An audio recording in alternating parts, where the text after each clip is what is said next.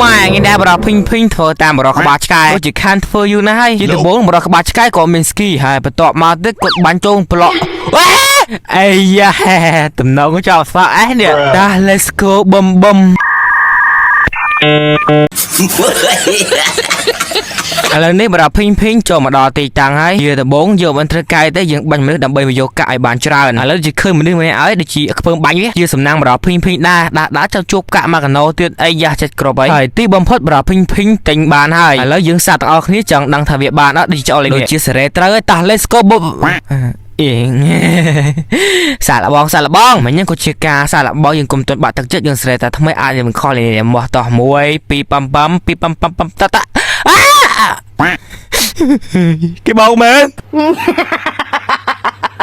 តាមមើលទៅដូចជាអត់មានគេបោកយើងទេប៉ុន្តែយើងមានវិធីមួយដើម្បីចូលបានដល់យើងឥឡូវជួយ follow បរភិញម្នាក់មួយសិនមកមួយទៀតអ្នកយើងកុំភ្លេចទៅដាក់ពេញនៅខាងទិញវាផងព្រោះថាទិញវាឥឡូវតម្លៃគាត់សមរម្យមែនទែន website ខាងគាត់អាប់ដែល website គាត់កាន់តែលឿនហើយ website គាត់កាន់តែថោកទៀតអែមយកមកចឹងមកចែកដាក់យើងឆាតទៅពេកទៅដើម្បីគេដាក់ឲ្យមួយទៀតអ្នកយើងកុំភ្លេច support បរភិញផងបើចង់បានកង្ហាតកអាចតាក់ទង20ទូតបរភិញមួយនេះបានកាលណាដែលយើងមានកង្ហាតកយើងលេងហ្គេមកាន់តែខាងជាងមុនទៀតចឹងសង្ឃឹមថាយើងជួយ support បរភិញម្នាក់មួយផងបើសិនជារកពេញឃើញទេអាចមើលក្រោម comment បានតាមតែមើលទៅបរភិញគិតថាដែលបរភិញចូលអកោតហ្នឹងមូលហើយមកពីបរភិញដាក់នេះចំកោដៅវាឥឡូវនេះជាលើកទី3សង្ឃឹមថាចំកោដៅវាទៅចោះអញ្ចឹងបរភិញដាក់កន្លែងផ្សេងគ្នាសង្ឃឹមថាវាចូល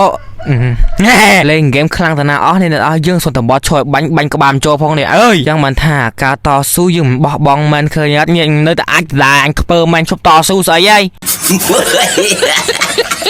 អត់យល់អាជីវិតត្រូវគេបោករហូតអាស្រីបោកហើយហ្គេមបោកទៀតជឺចុកចាប់ហ្មងសម័យណាជីសេះទៀតអេសេះនឹងឈ្នះ skin មកលកាំងបរភិញអត់នេះ skin ហ្នឹង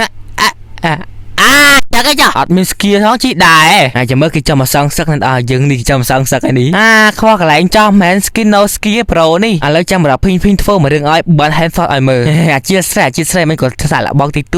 នេះ handshot ច្រឡំទៅ